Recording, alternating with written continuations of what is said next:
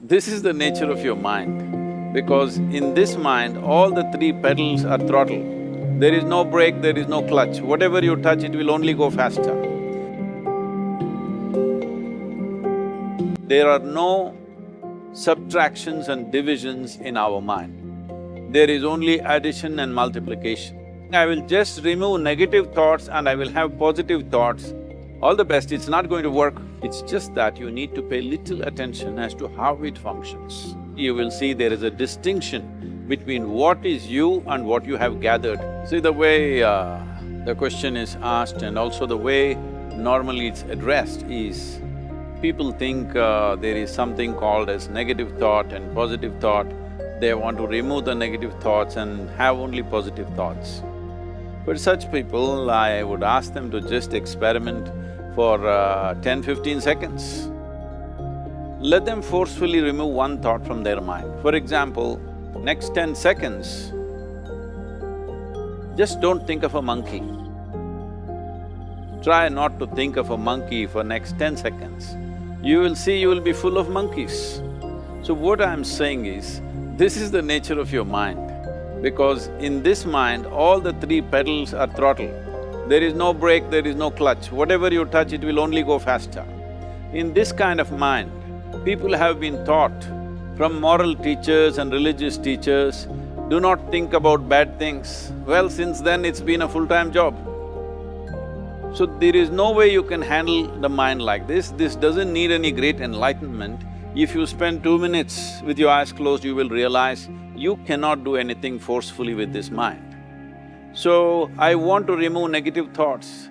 Do not ever go in this direction, because what you want to remove will become your quality. Always you will be on it. So what should I do? The thing is this, without understanding the fundamental mechanism of this mind, because our mind, human mind, is the most sophisticated computer on the planet. Even all the supercomputers have come out of this. When this is the case, is it not important that we understand the mechanics of how it functions? One simplistic aspect of how it functions is, there are no subtractions and divisions in our mind. There is only addition and multiplication. If you try to do something with it, it will say one more. If you try hard, it will multiply into many more. In this mind, you don't try to identify what is positive, what is negative and try to remove it. First of all, one needs to understand, this mind of yours, this body of yours is supposed to serve you. The life that you are is important. Body and mind are vehicles that must serve us.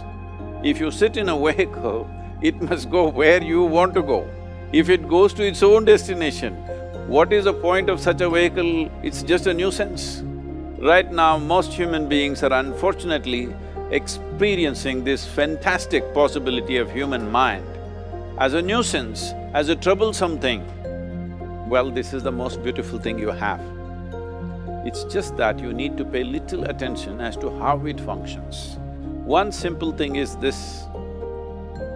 First and foremost process is, that's why we put out this process called Isha Kriya. This is to distance yourself from your physiological and psychological process. There is something called as you which exists. This is not a composite of all your thoughts and emotions and physiological processes. Beyond that, there is you. If you close your eyes, even if you cannot see anything, you're still there.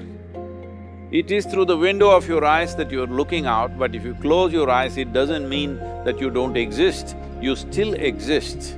So beyond your thought, you still exist, beyond your emotion, you still exist. So that you, the life that you are, this has to come into your experience. Why is it that you're not allowing that to come into your experience, which is the most significant aspect of who you are? Who you are right now, the most significant aspect is, you and me are alive right now, this is it. What I'm thinking, what you're thinking is not the important thing. We are alive right now, that is the important thing. So, it is important that you focus on this fundamental sense of aliveness within you, and then you will see there is a natural distance between you and your thought process. Once there is a distance between your psychological process and your physiological process, this is the end of suffering. Because there are only two kinds of suffering that human beings go through, physical suffering and mental suffering. Once you create a little space between you and your mind, between you and your body, this is the end of suffering. This is something every human being has to experience and know, otherwise thinking I will just remove negative thoughts and I will have positive thoughts, all the best, it's not going to work 100%, it's not going to work because nobody can remove it, they can avoid it for some time. So when negative thoughts come, you say Ram Ram, Shiva Shiva, whatever you want, but this is just avoiding, it's not gone. The moment you stop that, it will pop back with great force, otherwise it'll come back in your dreams. So it's very important, first of all you need to understand your anger, your resentment, your fear, your anxieties, the negativity that you generate. Generally resentment, anger, it is always directed towards somebody. But we need to understand this is poisons that we are drinking and expecting somebody else to die. Fortunately, life doesn't work like that. If I drink poison, I die. If I drink poison, you don't die. So, we need to understand this. When I say poison, today you can have yourself chemically analyzed. Right now, what is your blood work, what it says? 5 minutes of intense anger, check your blood work and see, there will be lots of negative elements in it, literally you're poisoning yourself. So, do you want to poison yourself? Definitely not. Now the very question is coming from certain helplessness, what shall I do? Don't do anything, just sit back and just concern yourself with something which is a life process. Maybe your heartbeat, maybe your breath, maybe just the sensation of being alive. Depending upon how sensitive or how perceptive you are, accordingly, find something.